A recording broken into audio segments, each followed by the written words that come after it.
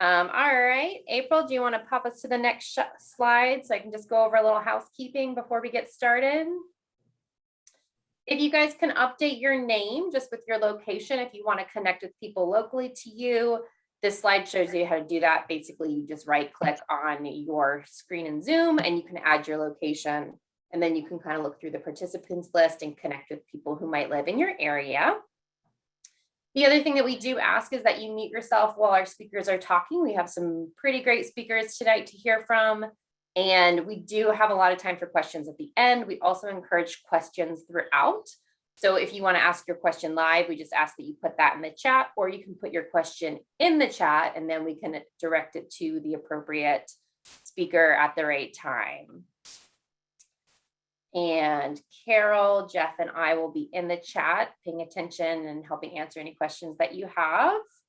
And with that, I'll hand it off to Kenny, our Director of Grassroots Advocacy, to get us going.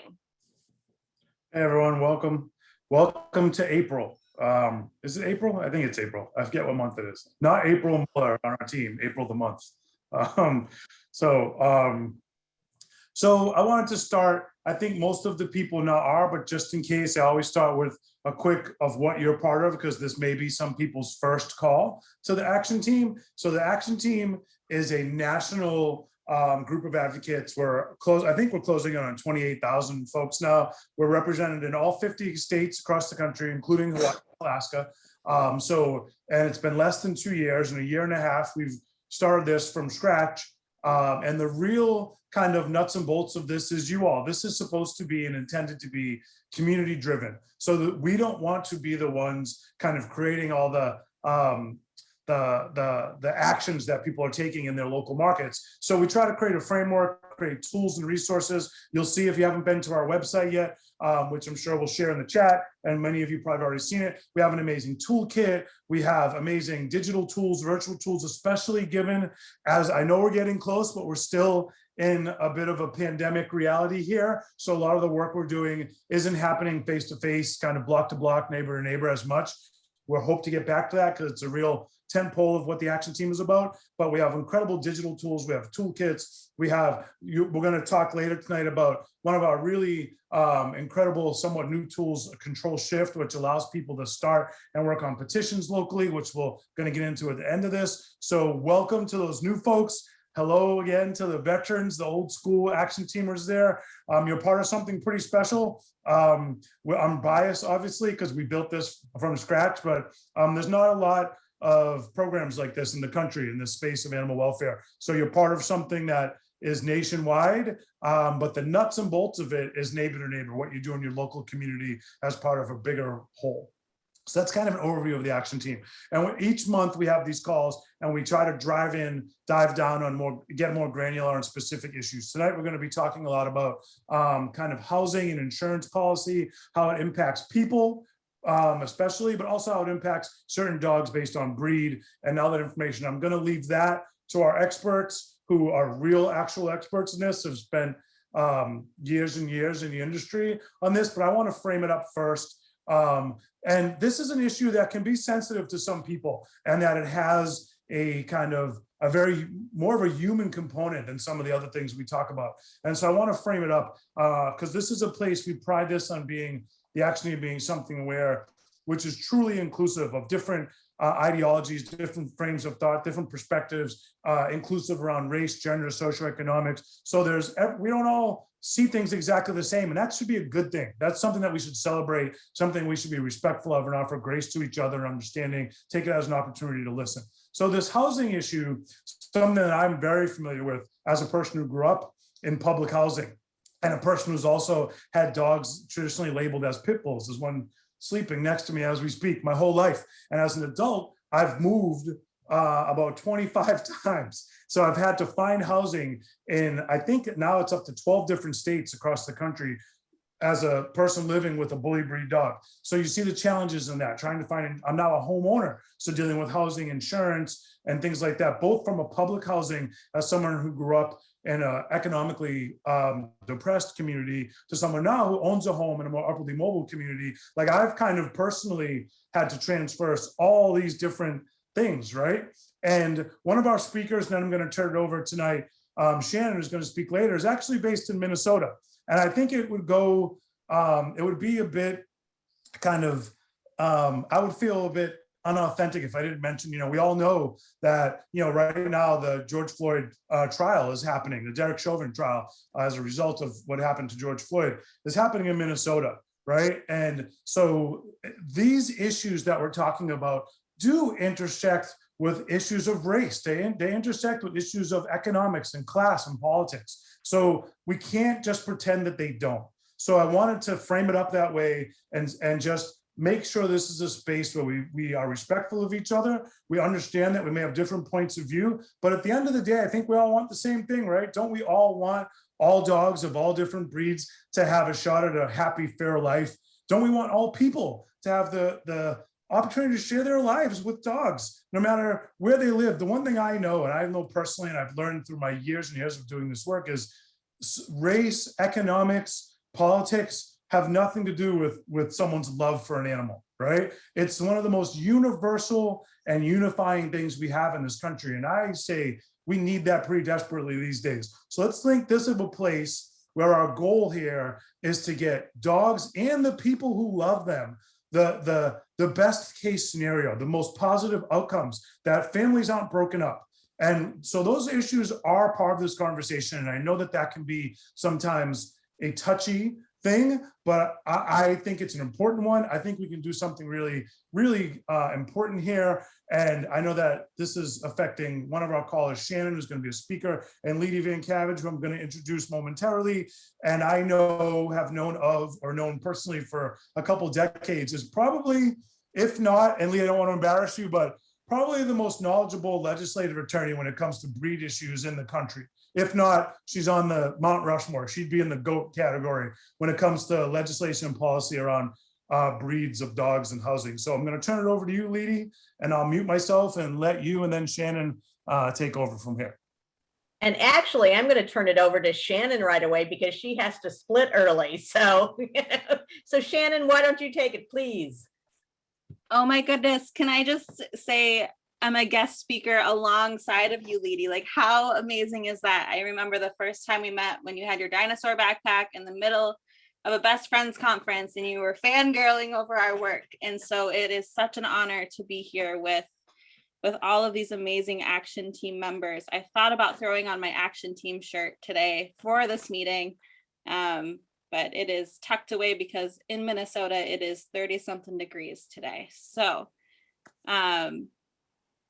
yes, thank you again for having me. And I think we can hop on over to the next slide. We'll talk a little bit about my Pit Bulls family and the work that we're doing. And in the event that you're not familiar with us, we are celebrating our 10th anniversary this year. So we have been working on housing and insurance discrimination for the last 10 years. Really, we were pioneers in this work. I remember going to animal welfare conferences when I got started with this and saying large breed dogs are being surrendered to shelters and being killed in shelters simply because they're not able to find a place to call home. And I remember being met with a lot of tension and an advocate saying, hey, there's no housing issues. And this example was Los Angeles. And that's not true. We know that large breed dogs, specifically pit bull type dogs, are surrendered at a higher rate in shelters across the country. And one of the top reasons that surrenders happen is housing or landlord issues. And so my Pit Bulls family works really hard to make sure that people can find pet inclusive housing, or dog inclusive housing as we call it. And what you can see on the screen right now is our rental research dashboard. So we just launched this dashboard at the beginning of January of this year. And this rental research dashboard is for anyone to use, more so in the advocacy sector. As you can see, it lists dog inclusive rentals throughout the country, and also the ones that are not inclusive. So the ones that have restrictions on breed, weight, size. And what we hope is that advocates, all of you action team members, are able to use this dashboard to have those conversations with policy change makers in your communities.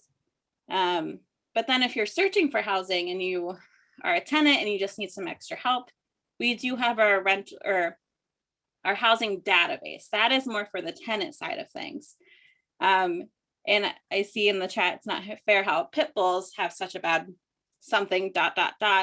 But there's actually over 25 different types of dogs that are discriminated against in rental pet policies. So it's not just our blocky-headed friends, but there's a longer list, and any mix thereof. We've had landlords say if the dog is more than 10% of a certain breed, they're not welcome here. So our goal is to make sure that families, regardless of socioeconomic status, are able to find a place to call home. And hopefully our research will really help with that. We can go to the next slide. So a little bit about our monthly rental research projects. My Pit Bulls Family is a 100% volunteer run organization. As the executive director, I am also a volunteer outside of working my real job in housing policy. But we really, Leedy put it in the chat, if you have time, please volunteer. We would love to have more folks volunteering with us. The more volunteers we have, that means the more data we can collect. So our rental research volunteers call somewhere between 20 and 40 apartments every single month, which you can see is step 2 there. We enter that information into a spreadsheet. Our North Minneapolis Pet Resource Center volunteers actually handle all of our mailing projects. So they send out thank you postcards to apartments that are inclusive. So we're thanking them, we're letting them know that they're in our database. It's free marketing for them. We don't charge anyone to be in our database.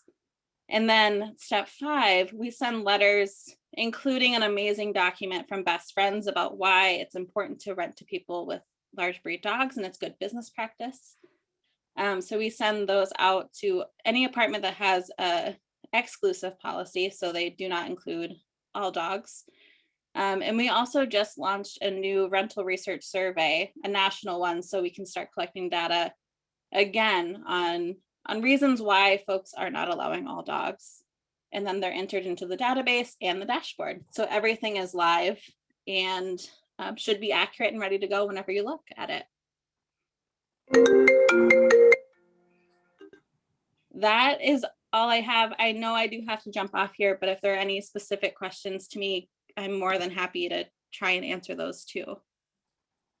Thanks so much, Shannon. We really appreciate you having it. And this is a great project. It's a great organization. You know, I'm so proud to be presenting with Shannon because this is a resource that is so desperately needed in, our world, because a lot of times renters don't know where to go. So at least this you can, basically refer them to. You can help her collect data in your town. There's so much that you can do, to basically try to change this. So, it's wonderful. Thank you so much, Shannon. And we really appreciate you. Yeah, absolutely. And if folks are with specific shelters or rescues, just like Best Friend, the network partners, we do have our own community partner dashboard as well. So we send out materials to organizations all throughout the country so they can share this with folks in their communities. I will say too, since we do have you here for a minute, Shannon. Yeah. This is something Shannon, although we all know her and she's amazing, this is what can happen at the local level when people get involved, right? There's no reason that all everyone on this call joined the action team because you wanted to do more. You wanted to take a stand. You didn't like maybe some of the things you were seeing in your local community. There's so much we can do. Shannon, is I like to say we're all special, but we're not that special, right? Anyone can get something started and stand up, and we want to be there to help you do that. And I know Shannon will too. Shannon's like family to best friends. She's someone I personally admire and appreciate, consider a comrade in this battle. And we've been doing this a long time. So if this is something that interests you, the action team can be a vehicle for you to start a similar effort. You don't necessarily have to start your own 501(c) and build a whole program, but you can, and we're going to challenge you at the end to create some petitions and spread the word locally. That's something anyone can do from their laptop, drinking wine and watching Netflix. So Shannon, I think it's important that you're here because you have expertise, but you're also an inspiration and something that other local folks can do across the country. And I think highlighting someone like you is really, really valuable to folks on this call. If you are interested in that, reach out to us. I'm sure Shannon would be happy to help guide others as well. Yeah, absolutely. I'll toss my email in the chat. I will definitely do my best to get back to emails as quick as I can. But I would be doing a disservice if I didn't tell you to listen to the Best Friends podcast, episode 33, because it is an episode that I get into a little bit more of what Kenny touched on earlier about the racial impacts when it comes to housing, and just more of, you know, just laying it out there of what all of this actually means. It's not about the dogs, it's about the people that own the dogs.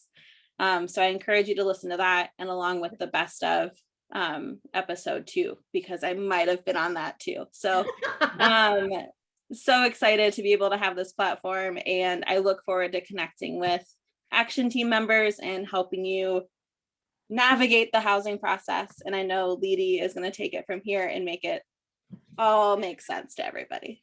Well, we'll try. And April and I are going to like blow through a bunch of slides, because I always put too many slides in, you know, so again, Shannon, thank you so much. We really appreciate you.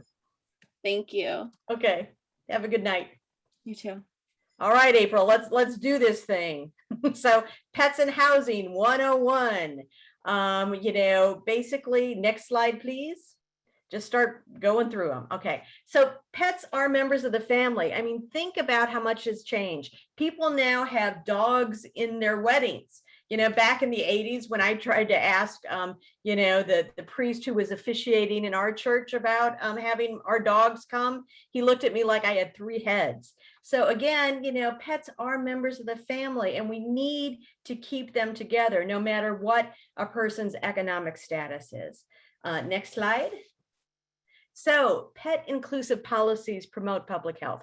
We all know about therapy dogs and how wonderful they are, and service dogs, and emotional support dogs, and fair housing. They can't discriminate against service dogs or emotional support dogs. But again, you know, there's so many other things that pets do, that, especially nowadays, they help strengthen our immune system. I mean, in times of COVID, this is something we need. We all need healthy immune systems. So, you know, again, they are part of the family, and there's a lot of benefits for communities and for housing complexes to allow pets. Next slide.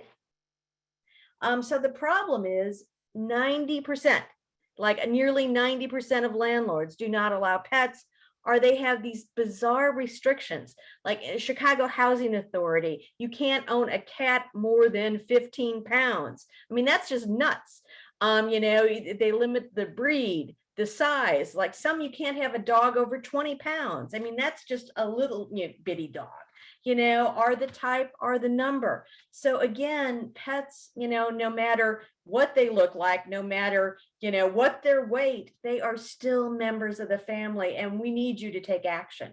So next slide. And housing impacts shelter intake. I mean, it really, really does. It's the #1 reason why dogs are relinquished, and the #2 reason why cats are relinquished. And, you know, it is so bizarre. And Ariana, you know, basically it's the number of pets. Like some will say you can only have 1 pet, some will say you can have 2, you know, so again, they limit the number. So next slide, please. And pet restrictions are totally misguided. You know, there is, you know, one of the things we always hear is oh, pets do so much more damage than people do. Well, you know, that's not the case. The study showed that there is very little difference in damage between tenants with pets and those without. And it's only, you know, basically under $40. And there are so many more benefits to allowing pets in housing. Next slide. So pet inclusive policies, they benefit landlords. So if you're talking to your landlord, you need to tell them that this could be better for them, because basically 21% of residents in pet inclusive housing stay longer than those that don't allow pets. So there's less turnover. They have, you know, less painting and recarpeting and things to do. So that makes sense.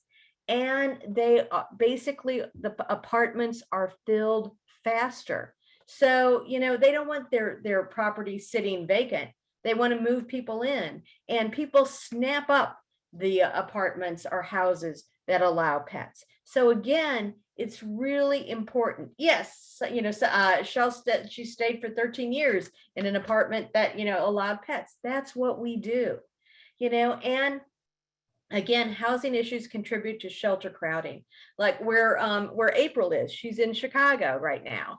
And basically CRISP and the Anti-Cruelty Society found that 23% of the animals were brought in were because of housing issues. In Belleville, Illinois, down by where I am, 38% of the animals that came in 2018 to Belleville Humane Society were basically because of housing issues. San Diego, California, nearly 30%. I mean, it's crazy. So it's a huge problem with shelter crowding. Next slide. And the nice thing is there are really exciting things going on. LA City, LA County, they have passed local ordinance that basically establish protections for tenants to have well-behaved pets in new or rehabilitated multi-family housing developments financed by, in whole or in part, by the city or the county. And this just makes sense, because if, basically the taxpayers are helping fund this housing, they shouldn't have to, bear the brunt of the cost of the animals coming into the shelter. So this is a model that we want to see in every city across the United States. And San Diego is considering it now. So again, this would be a great model for any city or county that you could try to get passed in your own area. Next slide. And another thing that figures into housing discrimination is insurance discrimination, homeowners insurance discrimination, or renters insurance discrimination. So basically, if you have the option of, if they say we don't allow your pet, we won't basically, insure you, we're going to cancel your insurance because of your pet, because of the breed of your pet. Basically, you could go uninsured, which is bad public policy, or you could go underinsured, have a gap in coverage. A lot of people end up surrendering their dog, which is just wrong, and the insurance companies don't really have any data to back up why they discriminate against certain breeds of dogs.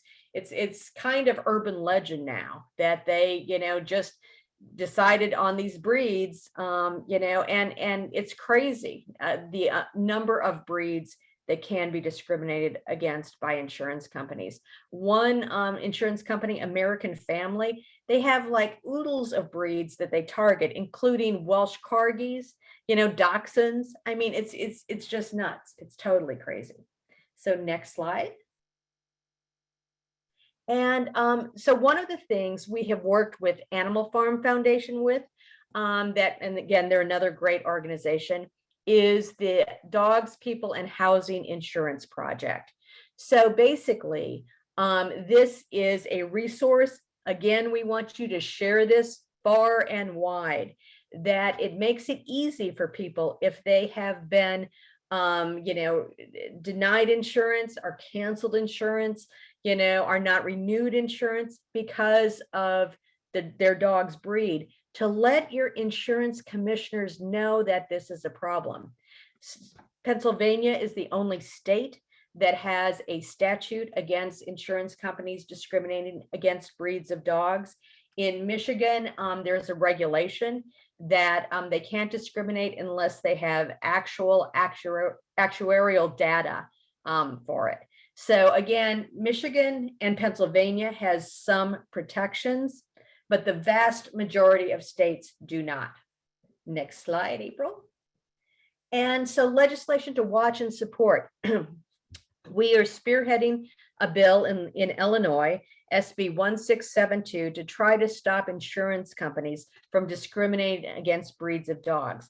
And this is going to be a really hard one to pass. So anybody who's in Illinois, anyone who knows folks in Illinois, please have them go on our site and take action, because we need to try to get this bill through the committee by April 16th, it's dead for this year.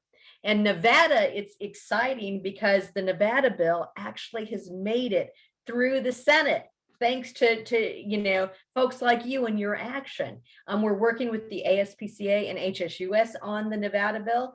And basically we're hoping that it will make it through the assembly too. So again, if you are in Nevada, please go to our wonderful action site and take action and call your state representatives. And in Illinois, please call your state senators. So next slide. And so let's get started. And I think Kenny and I are going to talk about this, the next slide together, hopefully.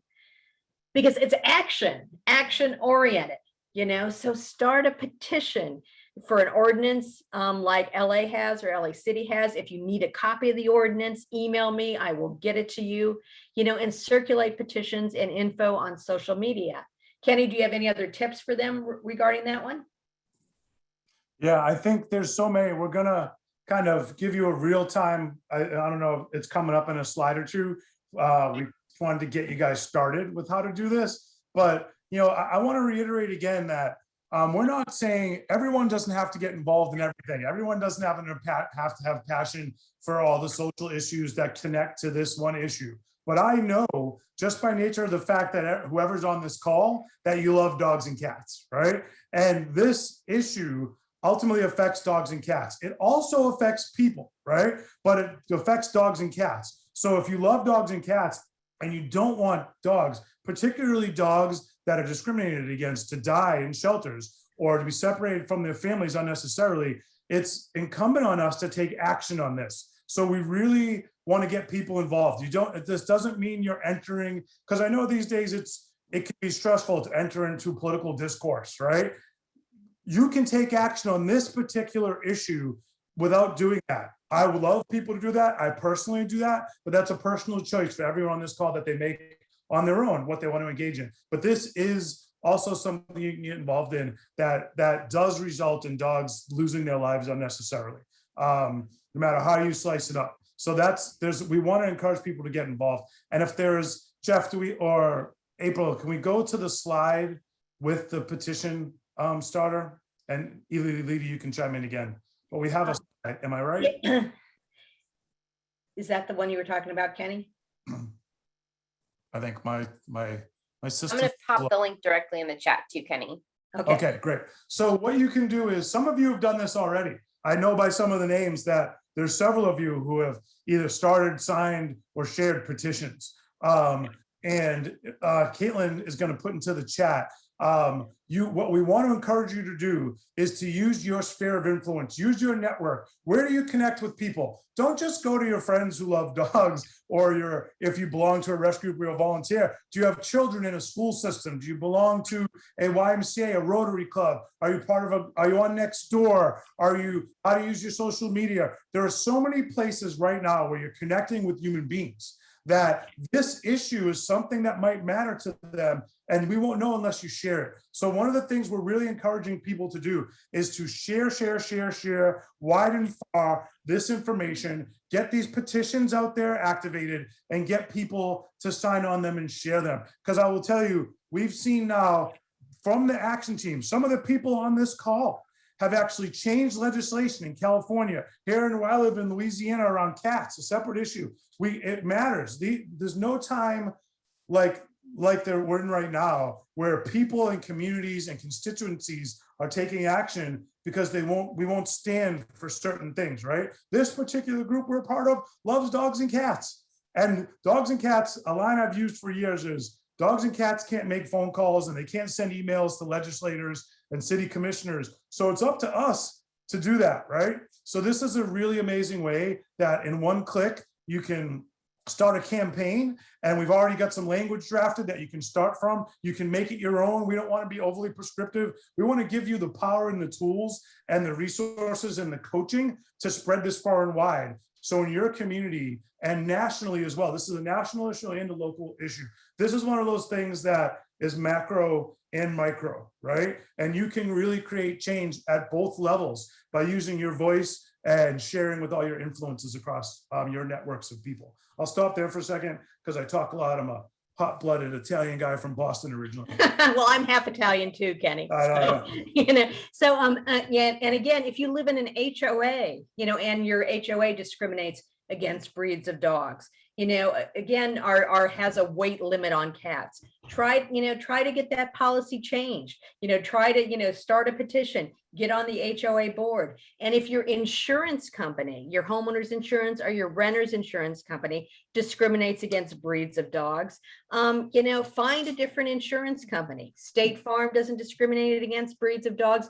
USAA doesn't. So, and again, when you leave your insurance company that discriminates, make sure you let your agent know why you are changing companies. You are changing companies basically because they do not view pets as part of the family. And maybe they'll get the message. Consumers can basically vote with who they buy insurance from. So you can do just so very much, just by being a conscientious consumer.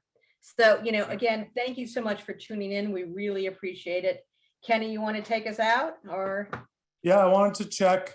I'm not the best multitasker, so I haven't seen if we have questions or anything in the chat. So we always want to leave time for you guys. So Caitlin, Jeff, our squad there, is there any questions in the chat or is there anyone, anything we can spend the last couple minutes answering for folks?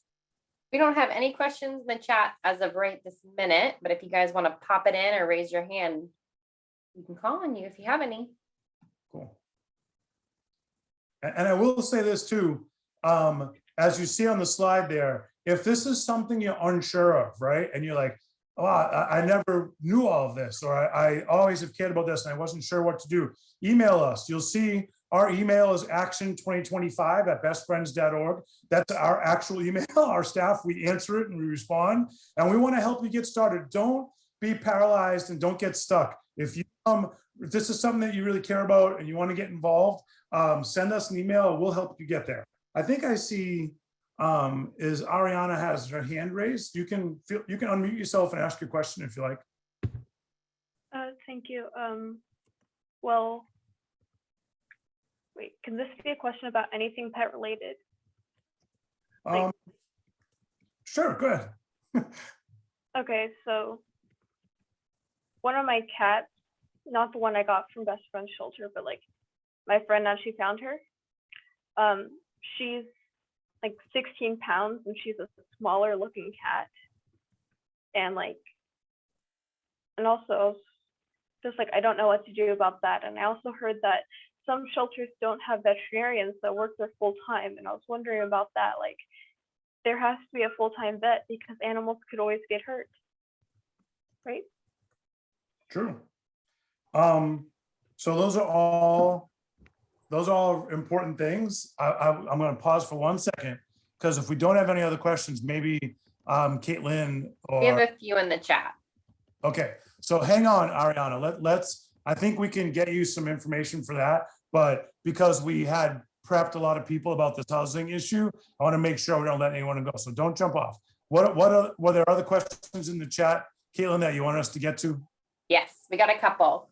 So one of them is, why is nothing done about renters increasing rent and deposit for pets? So that's another hard issue. Again, it seems, just in talking to the legislators, it seems like the issue is a little bit easier if the places are getting money from the taxpayers. If the taxpayers are putting money into the housing project, but it is something that folks want to crack down on. Washington, D.C., there is a city council member there who wants to run a bill basically that says if you get charge a pet deposit, that you have to basically put it in an interest-bearing account, that if there isn't any damage, they get back at the end, and to reduce, and to limit the pet rent to a maximum of $20, a month. So that's still expensive, but at least it would cap it to some degree. That has not been introduced yet, and she's still fiddling around with exactly what she wants to do. But HRA, the Humane Rescue Alliance in DC, they are working with her on that. Oh, and actually the status of changing the pet policy in military housing, I will take that one, Sandy, because that is good news. So in the Senate and the House, they passed as part of the National Defense Authorization Act, a provision that the Department of Defense had to come up with a comprehensive comprehensive dangerous dog policy. And their definition of dangerous dog had to be based on behavior. So they were, President Trump had vetoed that bill, but then Congress overrode it. So basically in that legislation, Department of Defense has 90 days to come up with it. So Senator Duckworth from Illinois was upset because she tried to find out who's working on this policy. She's very invested in it and nobody had. So she basically has sent a demand letter to the Department of Defense that they need to basically, get a breed neutral policy passed, and into regulations by March 31st, today. I don't think they made that deadline, but again, since Senator Duckworth is very popular and and actually has a lot of power right now, I think they will be getting that policy very, very soon. So we'll keep you up to date on that, Sandy.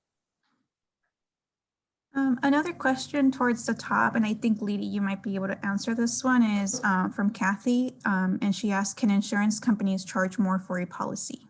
In Pennsylvania, I think they can. The statute says they can't discriminate against breeds of dogs, but I don't have the statute in front of me. But I can, I can send you the part of the statute where it's in. It's actually in an interesting place. It's in the Dangerous Dog Code in Pennsylvania, and it's been, in effect for years.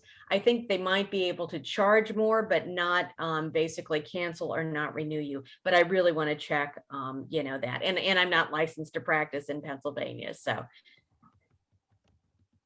Never stopped you before, Leedy. Now. Kidding, joke in case the FCC's listening. Anything else that I missed? Do you want, while we look at the chat, Caitlin, or do you want to try to answer Ariana's question from earlier? I think you might be better equipped since it's cats. I can answer some of it. I don't know that I can answer all of it. So Ariana, if you want to shoot us an email, if I don't answer all of it, go for it. But in regards to veterinarians not necessarily being full-time at different facilities, that's certainly a tricky thing all around, but that's honestly can be a money issue. A lot of organizations, a lot of clinics, shelters don't necessarily have the budget to have a full-time veterinarian on staff. And so while they'd love to, it might not be within their budget, or depending on their location, they may really have trouble like attracting somebody with a veterinarian degree. So feel free to email us and we'd be happy to chat with you as well, because I know you had a couple little. Yeah, and I think to add to that too, Ariana, access to care is kind of a national issue that is trying to be addressed. I think there's a lot more that needs to be done. And I think this kind of plays into that, right? Like, so access to veterinary care is also connected to some of the issues we talked about tonight, right? Like if you're in a very rural community, there's less veterinarians, socioeconomics, vet care can be really expensive. It's sometimes, even transportation in communities where pets aren't allowed on public transportation. There's so many factors and hurdles and obstacles that get in the way for families who love their pets to access the care that they need. Housing is one we talked about tonight, but I think for cats, we know that whether it be community cats,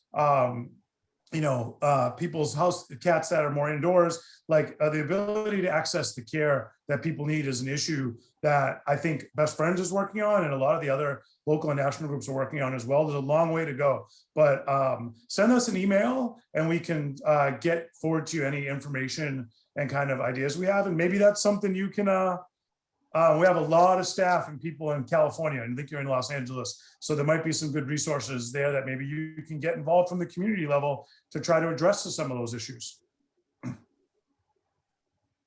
My friend actually volunteers at the shelter in Los Angeles.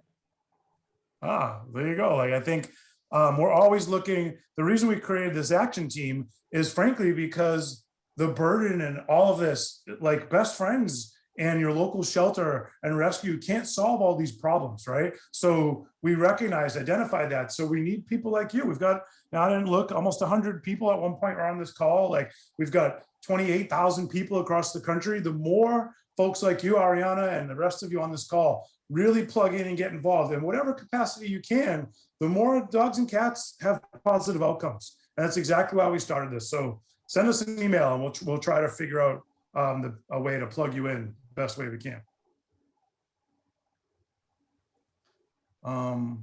So if there's no more questions in the chat, I want to reiterate. Tim.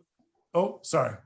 Oh, no, I was going to say, I think you guys got all the questions, and I'll put Awesome. our email in the chat one more time, just so you guys have it handy. So, yeah, and I want to just end with this first, just gratitude and appreciation. I know that it's the evening and this could be dinner time or your favorite show time or margarita time, whatever it is we're doing, time with our kids, our pets, our families. So I appreciate everyone coming. And also that, our world, our country, I think we're starting to see some light at the end of the tunnel, but I know there's a lot of us still struggling, whether we've taken a financial hit or a health hit, or even just the stress of this long haul of the last year during the pandemic and all the stuff that happened. So I want to encourage y'all. I hope everyone's doing okay. And to remember, like cats and dogs, I have found to be such a bright light during this really hard time. So it's a good time to kind of remember that and let's use that energy if we're looking for things to distract us or keep us positive. Let's make it the action team. Let's make it saving lives and helping cats and dogs in your local community.